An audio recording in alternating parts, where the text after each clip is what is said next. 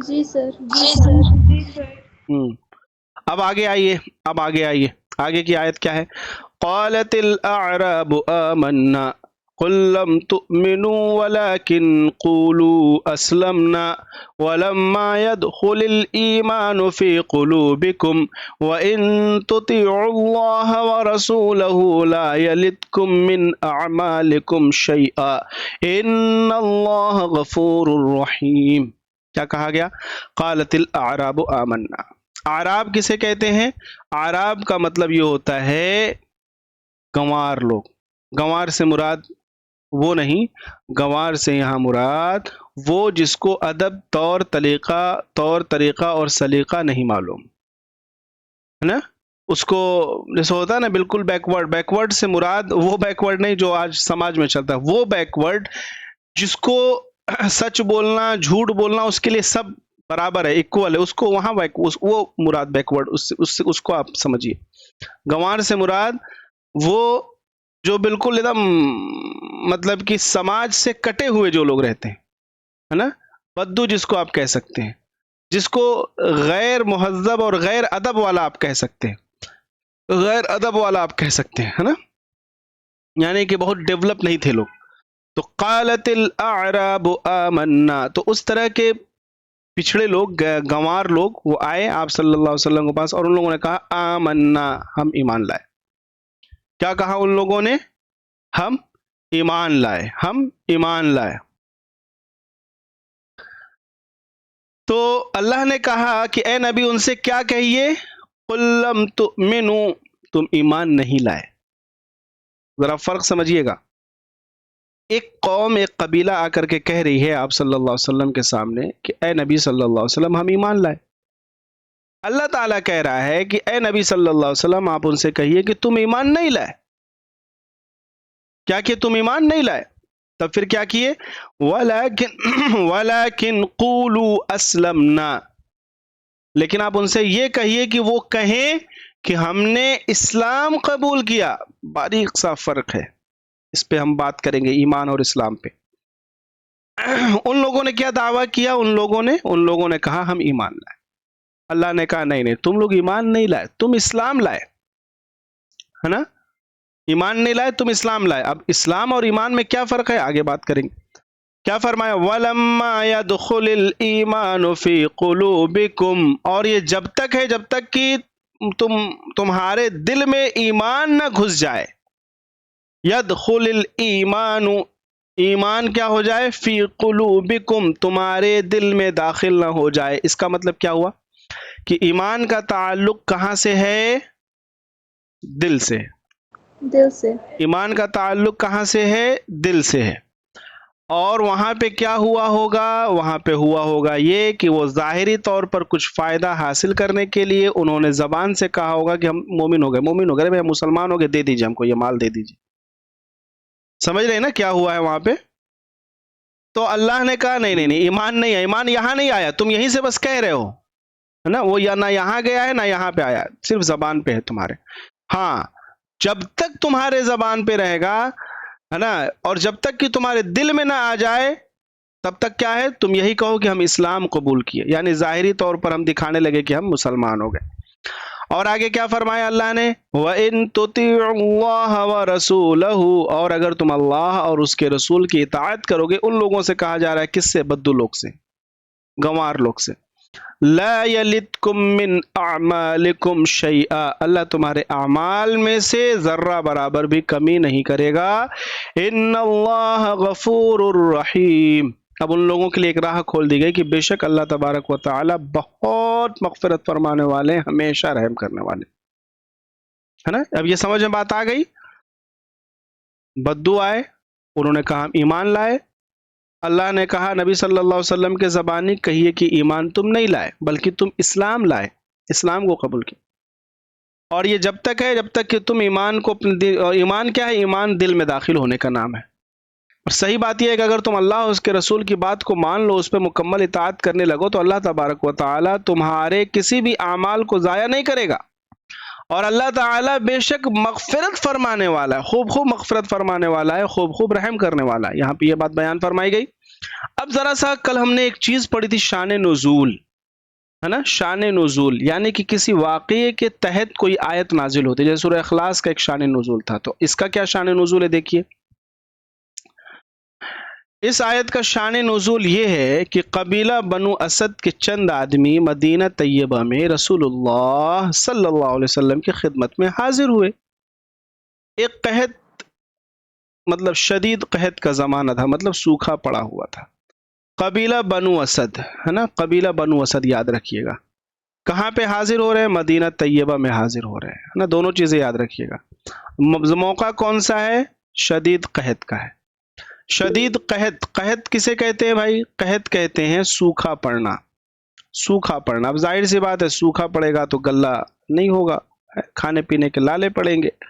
اور قبیلہ بنو اسد کے چند آدمی آئے آپ صلی اللہ علیہ وسلم، یہ چونکہ مدینہ طیبہ میں یہ بات ہو رہی ہے۔ دیکھیے دو لائف ہے، دو لائف ہے آپ صلی اللہ علیہ وسلم کی، ایک مکے کی اور ایک مدینے کی۔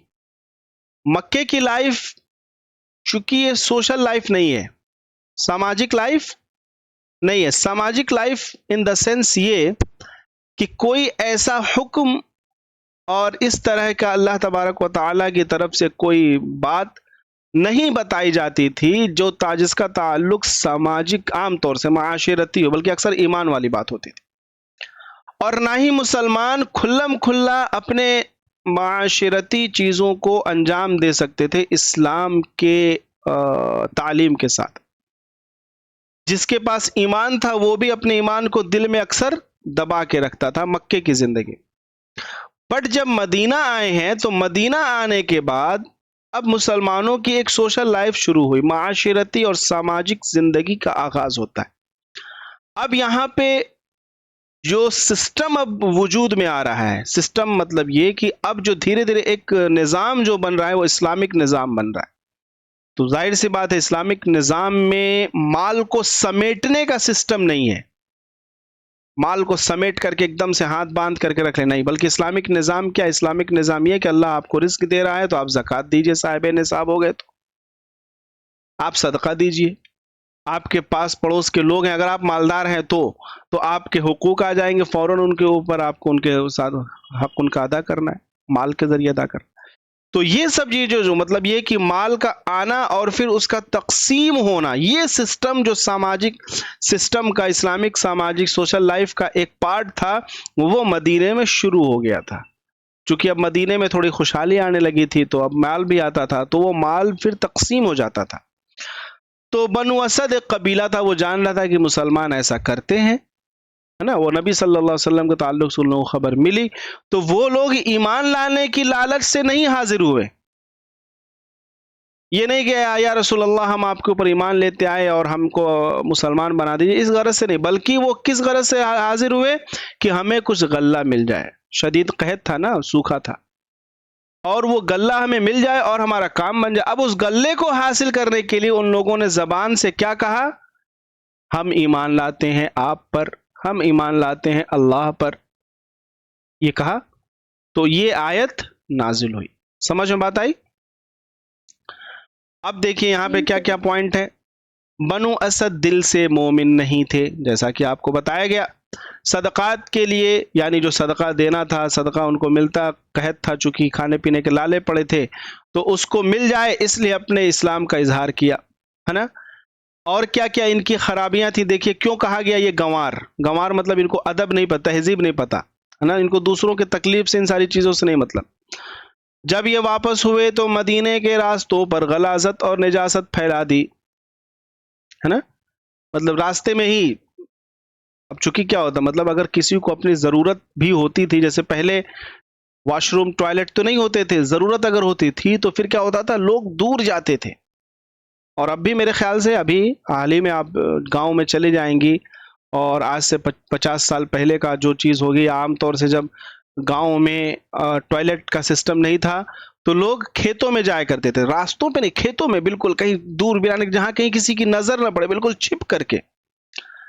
لیکن وہ کیوں کرتے تھے؟ ایک تو حیا انسان کی جو انسان کے اندر ہے، اور دوسری چیز یہ ہے کہ اس کے ذریعے سے مطلب یہ کہ دوسروں کو نقصان نہ پہنچے. بھائی راستے میں کریں گے کوئی بھی غلاظت کریں گے، نجاست کریں گے، تو دوسرے اس راستے سے کوئی نقصان ان کو تکلیف ہوگی نا.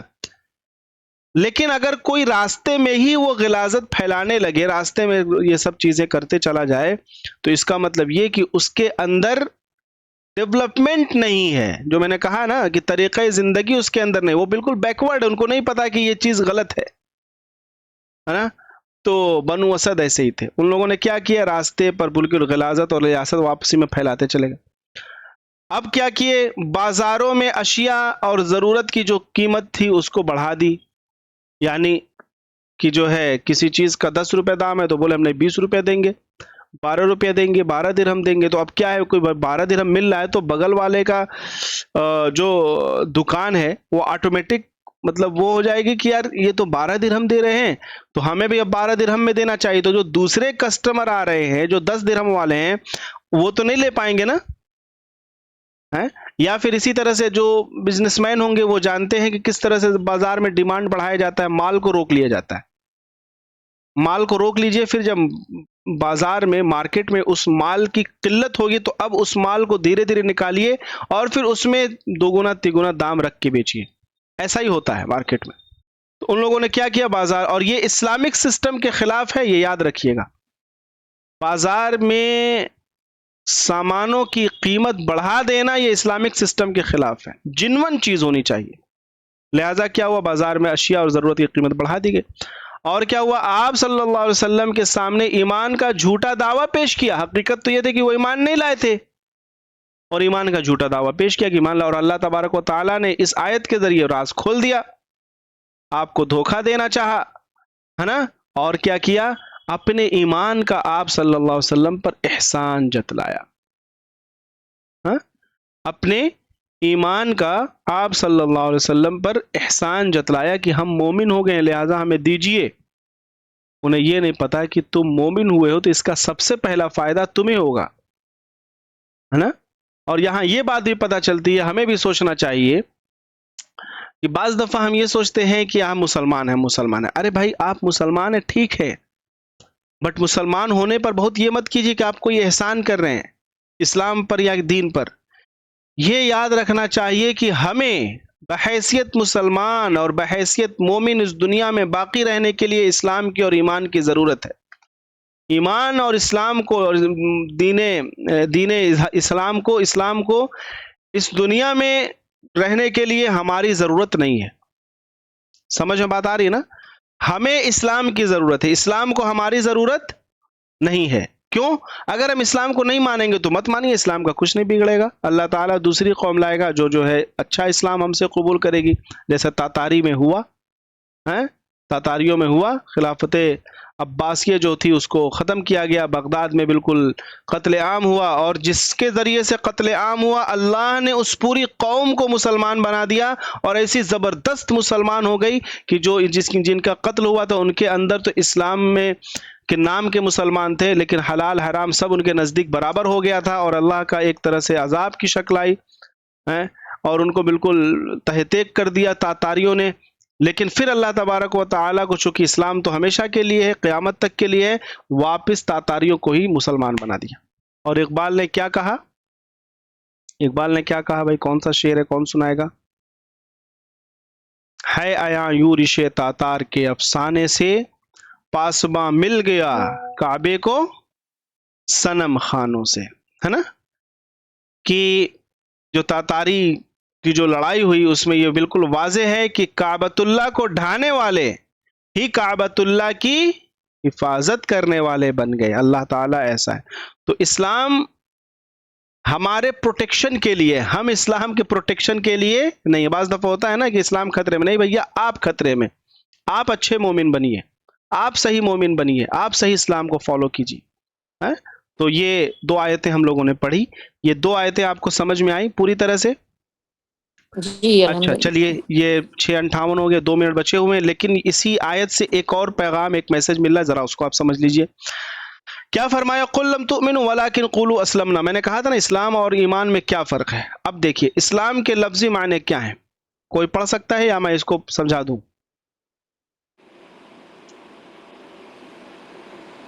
سمجھا دیجیے۔ دیکھیے اسلام کے لفظی معنی کیا ہیں؟ اسلام ایک چیز ہوتی ہے جو ظاہری آپ کے باڈی سے دکھتی ہے. اسلام کا جو عمل ہے وہ ظاہری آپ کے باڈی سے دکھے. آپ نماز پڑھیں گے دکھے گا نا کہ نماز پڑھ رہے ہیں، ہے نا. آپ اسی طرح سے روزہ رکھیں گے تو روزہ بھی ایٹ لیسٹ پتہ چلتا ہے. آپ حج کریں گے پتہ چلے گا. اسی طرح سے آپ اے ٹو زیڈ کوئی بھی عمل کریں گے تو کیا ہے وہ چیز، کیا ہے وہ ظاہری طور پر ہے، وہ دکھے گا. تو وہ عمل جس کا تعلق بدن سے ہے اسلام ہے نا، اسلام ہے. اور وہ عمل جس کا تعلق دل سے ہے نا، فیت سے، عقیدے سے ہے، وہ کیا ہے؟ ایمان وہ ہے. ایمان ہے۔ ایمان ہے. سمجھ گئے نا دونوں کا جی فرق، بنیادی فرق. ایمان کے بغیر اسلام کا کوئی وجود نہیں ہے. کوئی وجود نہیں، پورا نماز پڑھتے رہے ایمان نہیں ہے تو کچھ نہیں ہے. کچھ وہی نہیں۔ یہاں پہ ہے، یہی چیز یہاں پہ ہے. اسلام کے لفظی معنی ظاہری افعال میں اطاعت کرنے کے ہیں. یہ قبیلہ بنو اسد کے لوگ اپنے دعوی ایمان کو سچا ثابت کرنے کے لیے کچھ اعمال مسلمانوں جیسے کرنے لگے تھے. مثال کے طور پر ان کی مسجدوں میں آ کر کے نماز ظاہری طور پر پڑھنے لگے تھے جیسے منافقین پڑھتے تھے. اسی طرح سے اور بھی جو مسلمانوں کے کام تھے ویسے وہ کرنے لگے تھے، لیکن حقیقت میں وہ ایمان نہیں لائے تھے، دل ان کا خالی تھا.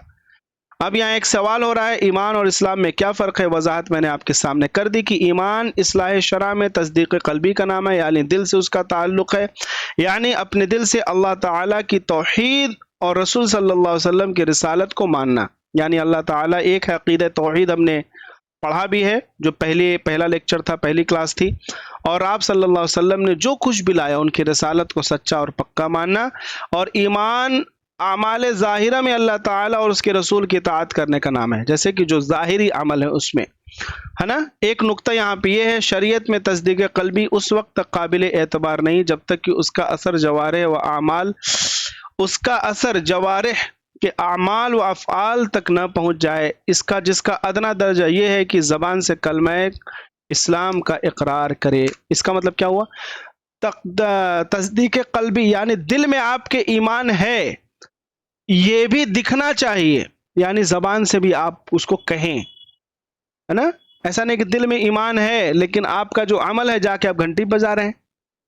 کہیں کہ ہمارے دل میں ایمان ہے، جا کے چرچ میں جو ہے آپ جا کر کے اپنا متھا بھی ٹیکا رہے ہیں. آپ کہیں کہ دل میں ایمان ہے لیکن آپ جا کر کے کوئی غیر اسلامی کام بھی کر رہے ہیں جو ایمان کے خلاف ہے، یہ ایمان معتبر نہیں ہے. اگر آپ کے پاس ایمان ہے تو اس کا اظہار بھی آپ کے باڈی سے ہونا چاہیے. کلیئر ہے؟ اللہ تعالی جی عمل کی توفیق عطا فرمائے. وآخر الدعوانا ان الحمد للہ رب العالمین.